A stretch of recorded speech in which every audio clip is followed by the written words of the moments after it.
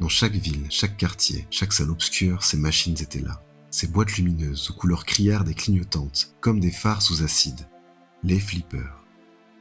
Ces engins hypnotiques, rythmés de bruits métalliques et de cliquetis démoniaques. Moi, je n'ai jamais vraiment aimé ces flippers. Pas parce qu'ils étaient mauvais, mais parce qu'ils me foutaient la trouille. Pas la peur viscérale du monstre sous le lit, non. Plutôt celle sourde de l'interdit. Celle qu'on ressent quand on s'approche d'un groupe de types plus âgés, le cuir râpé et la clope au bec, qui s'écharpent sur un high score dans un coin de café sombre. Dans Happy Days, Fonzie enchaînait les jackpots. Et même dans Premier Baiser, l'illustre série AB diffusée au Club Dorothée, il y avait cette image du flipper, comme territoire réservé aux caïds et aux étudiants les plus populaires et inaccessibles. En tant qu'ancien timide maladif et réservé, cela a créé chez moi une fascination mêlée d'angoisse. Et puis, il y a eu cet épisode de Fais-moi peur, une série où des gamins racontaient des histoires flippantes autour d'un feu de camp. L'un d'eux évoquait le quotidien d'un ado passionné de flipper, qui finissait enfermé dans une machine grandeur nature, prisonnier de cette mécanique froide et impitoyable. Une métaphore évidente, certes, mais à 10 ans, ça vous colle une trouille bien réelle. Et c'est précisément ce malaise, ce mélange d'attraction et de répulsion que le jeu vidéo Paranoia Escape pousse jusqu'à l'extrême. Vous êtes dans le premier cercle, et ceci est un épisode du Noctuaire. Sorti sur PlayStation en 1998 et uniquement au Japon, Paranoia Escape est un flipper, mais pas comme les autres. C'est un ovni vidéoludique signé d'un certain Screaming Mad George. Derrière ce pseudonyme fou se cache Joji Tani, maître des effets spéciaux organiques et peu ragoûtants. Si vous avez vu les films Society, Predator ou encore Freddy 4, vous êtes forcément tombé sur son travail. Ce dernier se spécialise dans ce qu'il appelle l'anti-réalisme. Pas d'effets numériques, pas de CGI, tout est fait main, crade, visqueux, absurde et viscéral.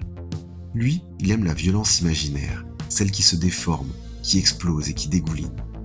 Et dans Paranoia Escape, cette obsession trouve un terrain de jeu improbable. Un flipper en 3D à la première personne.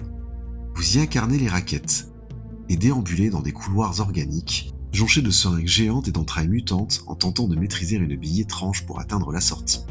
Parfois, il faudra battre des boss, ou bien récupérer sa bille avant qu'une horde de poissons volants ne la dévore.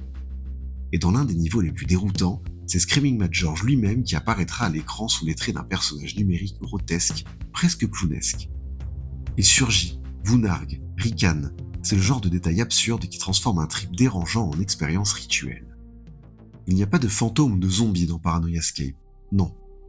Mais il y a des choses étranges, des entités informes, qui dépassent les classifications de l'horreur conventionnelle. Des créatures grotesques, presque drôles dans leur difformité. On navigue dans des environnements où la chair et le métal fusionnent, où chaque couloir respire et chaque bumper vous renvoie une onde de malaise. C'est un monde qui se tord sous vos doigts, qui vous dévore lentement. Un monde qui plairait sûrement aux cénobites d'Hellraiser.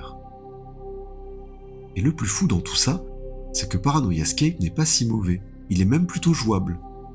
Déroutant, certes, chaotique, évidemment, mais fascinant dans sa laideur assumée. Certains amateurs de flipper y verront un jeu déséquilibré, mais c'est précisément cette attention portée à l'univers visuel et sonore qui en fait un objet unique.